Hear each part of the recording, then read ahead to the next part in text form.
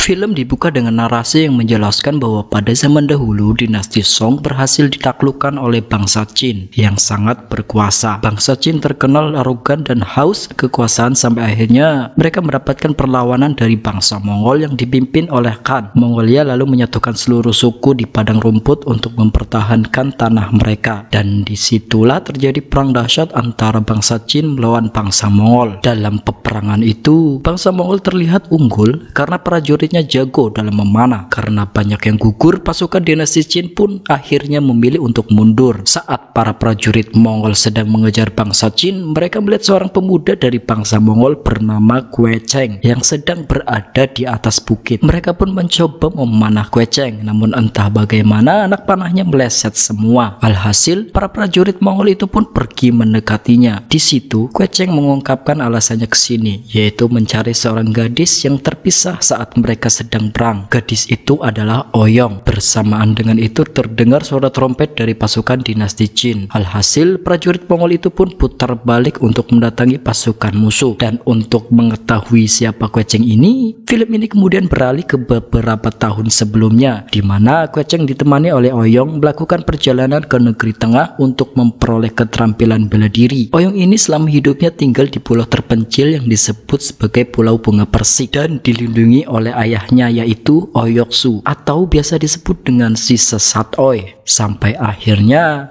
ia memutuskan untuk pergi keluar dari pulau tersebut demi Kue Cheng. Selama mereka melakukan perjalanan bersama, Ouyong juga membuat hidangan ayam anggur bunga persik yang dimasak dari sambaran petir.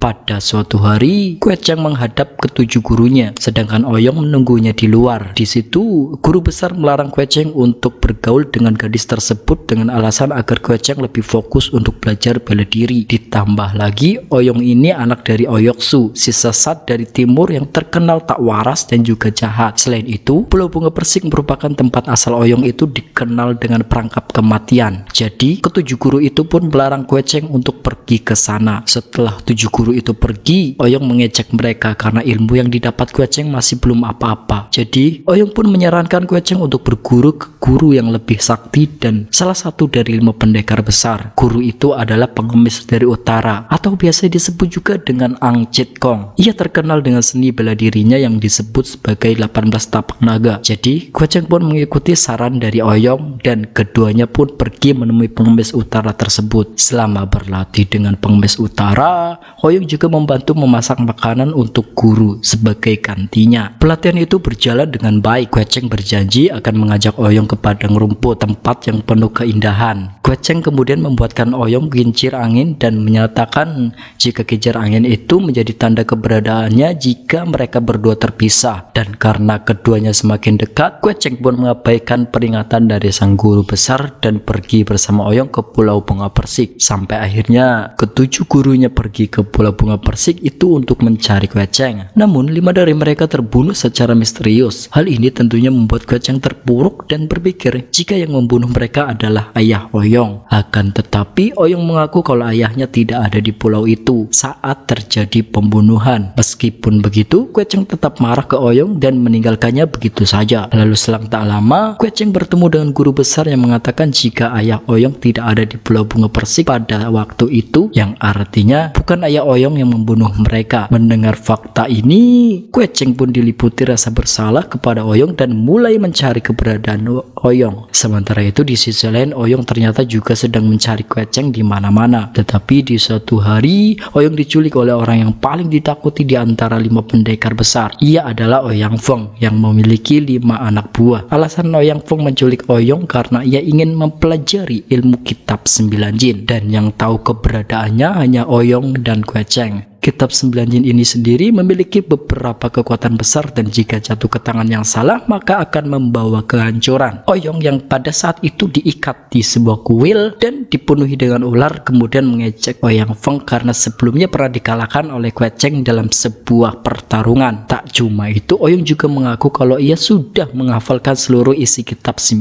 jin. Mendengar hal itu, Ouyang Feng pun kesal karena Ouyang tidak mengungkapkan kitab itu dari awal. Alhasil, ia dan anak buahnya pun memasangkan kalung mematikan, di mana jika kalung itu dilepaskan maka akan mengeluarkan ular berbisa yang langsung menggigit leher Ouyang. Namun di situ Ouyang tidak kehabisan ide. Ia kemudian berniat akan merafalkan isi kitab 9 yin agar anak buah Ouyang Feng juga bisa mendengarnya. Tapi Ouyang Feng langsung membungkam mulut Ouyang dan langsung mengusir anak buahnya yang sedang nguping di atap rumah. Dan begitu Ouyang Feng pergi, Ouyang langsung mengambil kesempatan ini untuk kabur dengan melompat ke danau. Sementara itu Ouyang Feng yang ternyata tidak bisa berenang memerintahkan anak buahnya untuk menangkap Ouyang. Di sisi lain, Kue Cheng terlihat meratapi kesalahannya karena meninggalkan Ouyang. Lalu saat ia sedang beristirahat di tepi sungai, Kue Cheng mendengar seorang pria sedang berbicara kepada kelompok orang Bong. Ternyata pria itu adalah anak buah Ouyang Feng yang mengungkapkan kalau ia sudah meracuni air sungai itu dan ia bersedia memberikan penawaran racunnya itu jika kelompok itu mematuhi perintahnya. Di saat itu, Kue Cheng melihat saudara angkatnya yaitu Lui berada di antara kelompok tersebut. Alhasil, Kue Cheng pun turun tangan untuk melawan anak buah Ouyang Feng.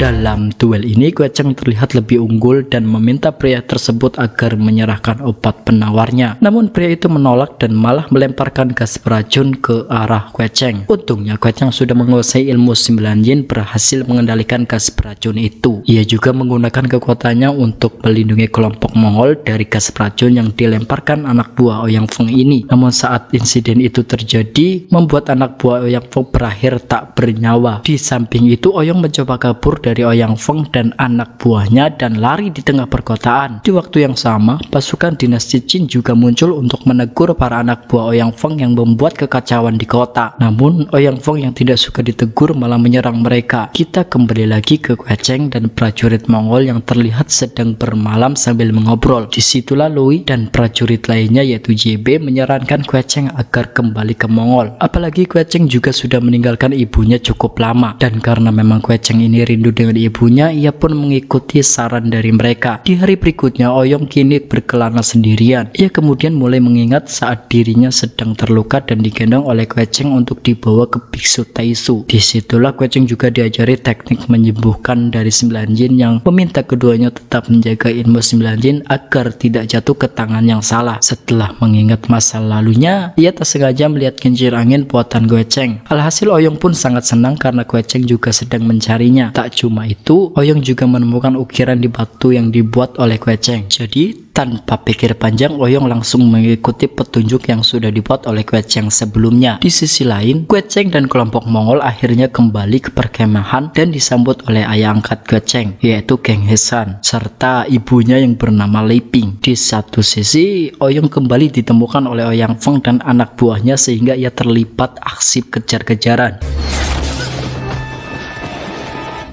Dan saat Ouyang Feng mau menyerang Ouyang, tiba-tiba sekelompok wanita berkuda datang dan langsung melemparkan anak panah ke Ouyang Feng. Mereka juga menyelamatkan Ouyang yang terjatuh dengan kuda mereka dan lanjut menjatuhkan sarang lebah lewat burung. Kelompok wanita itu dipimpin oleh putri Mongol yang bernama Wazeng. Kemudian mereka membawa Ouyang ke Mongolia yang kemudian diikuti oleh Yang Feng serta anak buahnya. Tetapi Ouyang Feng dan yang lainnya tidak mudah untuk masuk ke Mongol karena dijaga ketat oleh para prajurit. Meskipun demikian, mereka tidak habis akal dan akan berniat untuk meracuni sungainya. Sementara itu, Wazeng mengobati luka-luka Ouyang dan juga melepaskan kalung di leher Ouyang yang di dalamnya ada ular beracun. Bersamaan dengan itu, Wazeng diberitahukan oleh pelayannya kalau orang yang dia tunggu-tunggu kini akhirnya datang. Ouyang yang penasaran pun bertanya-tanya siapa yang dimaksud. Seng mengatakan kalau orang yang dimaksud adalah Kue Cheng, dan kebetulan dalam waktu dekat Seng dan Kue Cheng akan segera menikah karena mereka dijodohkan oleh Geng Hesan.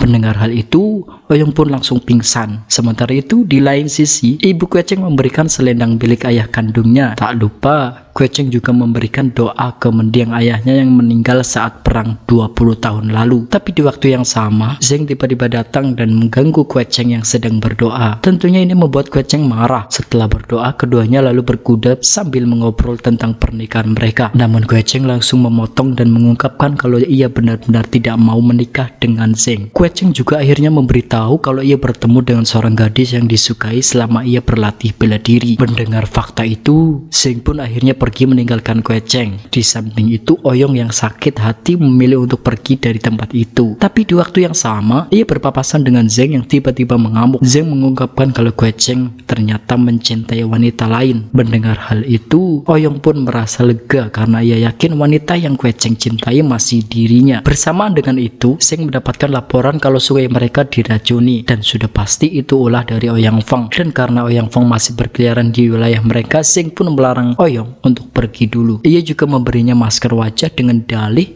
agar para musuh tidak mengenalinya. Di sisi lain, Ouyang Feng menyuruh anak buahnya untuk menyusup ke Mongol dan menangkap Oyong. Sedangkan Ouyang Feng sendiri tidak ikut karena ingin menghemat energi untuk mempelajari kitab 9 jin. Sementara itu, Kue Cheng melapor ke Genghis Khan kalau ada sekelompok orang yang ahli dalam meracun dan kemampuan mereka tidak main-main. Namun Genghis Khan tak mengkhawatirkan hal itu karena kini ia memiliki Kue Cheng yang ahli dalam bidang keilmuan. Di malam harinya, Genghis Khan mengumpulkan semua orang Mongol dan melihat aksi Kue Cheng dalam menunjukkan kekuatan 9 jinnya. Selain itu, Zeng dan Oyong juga melihat keterampilan Kue Cheng yang begitu memukau, sehingga membuat Oyong sedikit meneteskan air mata karena pada akhirnya ia bisa melihat Kue Cheng. Tak lama kemudian, Genghis Khan mendapatkan kabar kalau ada beberapa prajurit yang tewas akibat dibunuh, yang artinya kelompok Ouyang Feng sudah berhasil menyusup ke dalam kemah. Jadi, Genghis Khan pun menyuruh prajuritnya untuk memulai persiapan dan melakukan pelatihan besok. Di keesokan harinya, para prajurit Mongol berkumpul untuk melakukan pelatihan perang. Selama latihan, Oyong menyuruh Zeng agar menyuruh Kue Cheng melatih diri menggunakan buku panduan perang dari daratan tengah, dan dengan cara itu mungkin bisa membuat mereka dalam taktik perang. Bersamaan dengan itu, 100 orang dari klan pengemis datang untuk menanyakan ke Kue Cheng tentang keberadaan ketua mereka, yang ternyata adalah Oyong. Dan karena mereka datang jauh-jauh, jadi mau tidak mau Kue Cheng pun menampung mereka di Mongol. Lalu secara diam-diam Oyong menemui anggota klannya dan berpura-pura tak mengetahui keberadaannya. Mereka juga membuat rencana perlawanan karena Ouyang Feng sudah memburu Oyong. Para anggota kemudian menanyakan alasan kenapa Oyong masih bersembunyi dari Kue Cheng. Jadi Oyong pun menjelaskan jika Kue Cheng kini dalam persiapan untuk melawan musuh. Alhasil, Oyong tak mau mengganggu Kue Cheng dengan kehadirannya.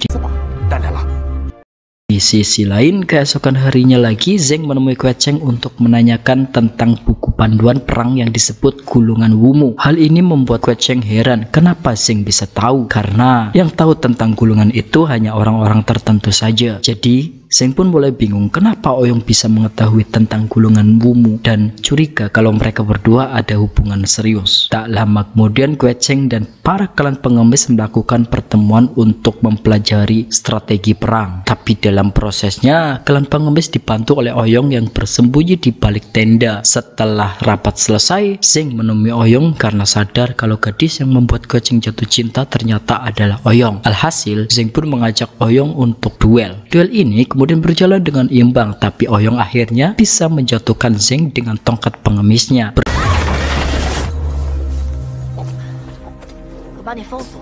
Bersamaan dengan itu, Ouyang Feng muncul dan menyergap Oyong. Tapi untungnya, Oyong bisa lolos dan Ouyang Feng mengubah sasarannya dengan menyandra Zeng. Akan tetapi, Oyong tentunya tidak meninggalkan Zeng sendirian. Ia kemudian memancing Ouyang Feng dengan memberikan kitab 9 jin yang ditulis dalam bahasa Sanskerta. Kemudian, saat Ouyang Feng lebih tertarik dengan kitab itu, Oyong pun langsung membawa Zeng pergi dari tempat tersembunyi. Setelah itu, Oyong lalu mengungkapkan kalau kitab tadi sudah ia tulis ulang secara acak untuk menipu Ouyang Feng. Selain itu, Oyong juga berniat untuk meninggalkan Mongol bersama klan pengemisnya. Di saat itu, Kue Cheng lebih sering melamun memikirkan Oyong. Jadi sang ibu pun menyarankan Kue Cheng agar pergi mencari keberadaan gadis yang dicintainya itu. Alhasil, Kue Cheng pun memutuskan untuk pergi lagi ke daratan tengah untuk mencari Oyong dan meminta izin kepada Genghis Khan. Beberapa hari kemudian, situasi menjadi semakin genting. Pasukan Qin juga kini melancarkan serangan dari selatan. Alhasil, Genghis Khan pun langsung mengadakan pertemuan darurat bersama penasehat kerajaan. Dalam diskusi itu, Genghis Khan memutuskan untuk melakukan serangan balik dan langsung menargetkan ibu kota ke Kekaisaran Qin. Tapi untuk sampai di sana akan memakan banyak waktu dan satu-satunya cara untuk mempersingkat waktu adalah melewati wilayah Song. Alhasil mereka pun berniat untuk menaklukkan wilayah Song terlebih dahulu. Di sisi lain, Kue Cheng masih dalam perjalanan kembali ke daratan tengah. Tapi saat ia beristirahat di warung, ia tidak sengaja melihat sekelompok prajurit berbondong-bondong menuju satu wilayah. Di saat dicari tahu, ternyata pasukan Mongol sedang dalam perjalanan menuju wilayah Song untuk melakukan serangan. Mengetahui hal itu, Kue Cheng pun langsung bergegas kembali ke Mongol untuk menghentikan rencana tersebut. Hal itu karena wilayah Song ternyata adalah tempat kelahirannya. Saat melihat Kue Cheng kembali ke camp, Genghis Khan lalu menuju Kue Cheng untuk memimpin invasi tersebut. Tapi tentunya Kue Cheng pun menolak keras karena walaupun ia dibesarkan di Mongol, tapi wilayah Song tetaplah tanah kelahirannya. Mendengar hal itu, Genghis Khan pun marah besar dan memutuskan untuk menghukum mati Kue Cheng. Bersamaan dengan itu, Tulwi turun tangan dan membujuk Genghis Khan karena bagaimanapun juga Kue Cheng adalah putra angkat kerajaan dan telah menyelamatkan banyak nyawa. Alhasil Genghis Khan pun nurut dan nasib hukuman Kue Cheng akan diputuskan setelah perang selesai. Dan selama perang masih berlanjut, Kue Cheng dan ibunya dilarang kabur dari wilayah Mongol. Setelah keputusan itu, Kue Cheng langsung lari ke ibunya yang sedang sakit. Keduanya lalu berniat untuk melarikan diri secara diam-diam. Tapi saat Kue Cheng sedang berkemas, ibunya memilih untuk membunuh dirinya sendiri dengan menusukkan pisau ke dadanya karena tak ingin menjadi beban bagi putranya itu. Kue Cheng yang melihat ibunya sekarat pun mencoba mentransfer energi batinnya ke sang ibu. Namun si ibu menghentikannya karena menurutnya ini keputusan yang tepat dan ia sangat bangga memiliki putra seperti Kue Cheng. Kemudian saat Kue Cheng sedang menangisi kematian ibunya, Zheng kemudian masuk dan berniat untuk membantu Kue Cheng membawa ibunya keluar dari Mongolia. Ia lalu membawa keduanya menggunakan kereta kuda dan akhirnya berhasil keluar dari Mongolia ataupun campnya.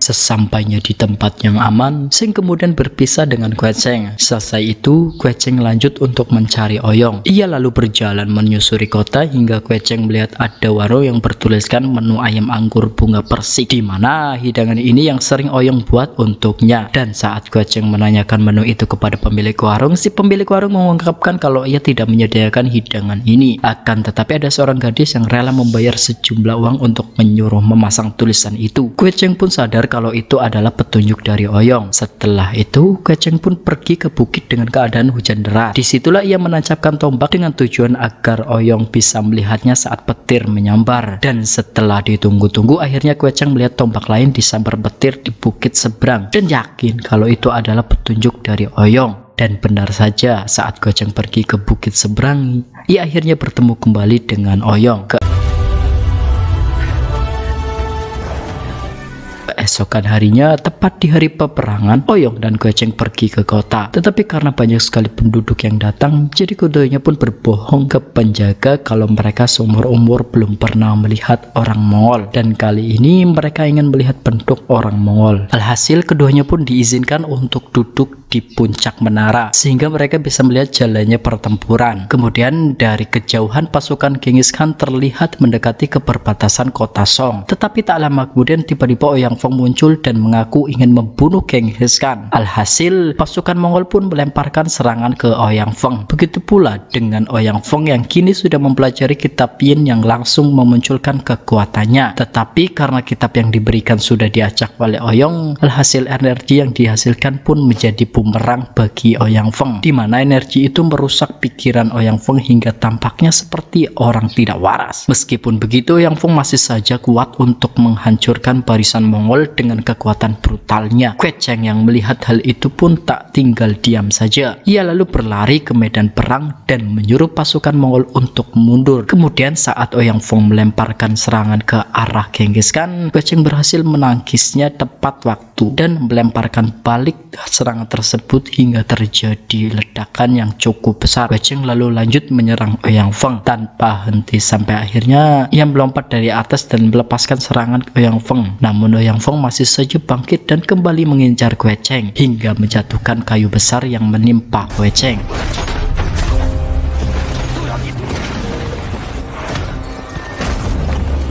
Alhasil Kue Cheng pun tak bisa bergerak, akan tetapi ia mengumpulkan tenaganya dan menggunakan kekuatan guncangan naganya untuk mendorong balok kayu tersebut beserta Ouyang Feng. Dan secara bersamaan Genghis Khan menggunakan panahnya untuk memanah tepat di dada Ouyang Feng. Meskipun kini Ouyang Feng terluka parah, namun ia masih bisa menggunakan kekuatannya untuk menyerang Kue Cheng lagi. Tapi Kue Cheng berhasil melawannya dengan cukup fatal sebelum akhirnya Ouyang Feng memutuskan untuk kabur. Setelah kejadian itu, pasukan Jin menggunakan kesempatan ini untuk menyerang pasukan Mongol. Namun Ouyang turun tangan dengan cara menyandra komandan mereka sehingga mencegah pertempuran darah lebih lanjut. Tak hanya itu saja, Ouyang dan Kue Cheng juga nekat berdiri di tengah-tengah dua pasukan yang sedang memanas untuk menghentikan peperangan. Melihat hal itu, Genghis Khan pun keluar dari jajarannya dan menanyakan alasan kepada Kue Cheng kenapa pasukan Mongol tidak boleh menyerang Song. Kue Cheng pun menjawab kalau peperangan bukanlah penyelesaian masalah yang tepat dan pahlawan sejati bukan hanya tentang ditaklukkan maupun menaklukkan wilayah, melainkan melindungi orang-orang dengan belas kasih sayang. Karena jika mereka mementingkan tentang penaklukan wilayah maupun perebutan kekuasaan, maka kedepannya bangsa Mongol juga akan mengalami hal itu. Dan Kue Cheng tidak mau bangsa Mongol hancur karena masalah perebutan kekuasaan. Mendengar hal itu, Genghis Khan pun tergerak hatinya dan memerintahkan pasukannya untuk mundur. Setelah mereka berhasil melerai pertempuran, Tolui mendekati Kue Cheng untuk mengucapkan selamat tinggal, dan karena pada akhirnya Kue Cheng dan Ouyang memilih untuk menetap di dataran tengah dan film pun selesai. Terima kasih yang sudah menonton video ini dan jangan lupa like, komen, dan subscribe. Sampai jumpa di alur cerita berikutnya.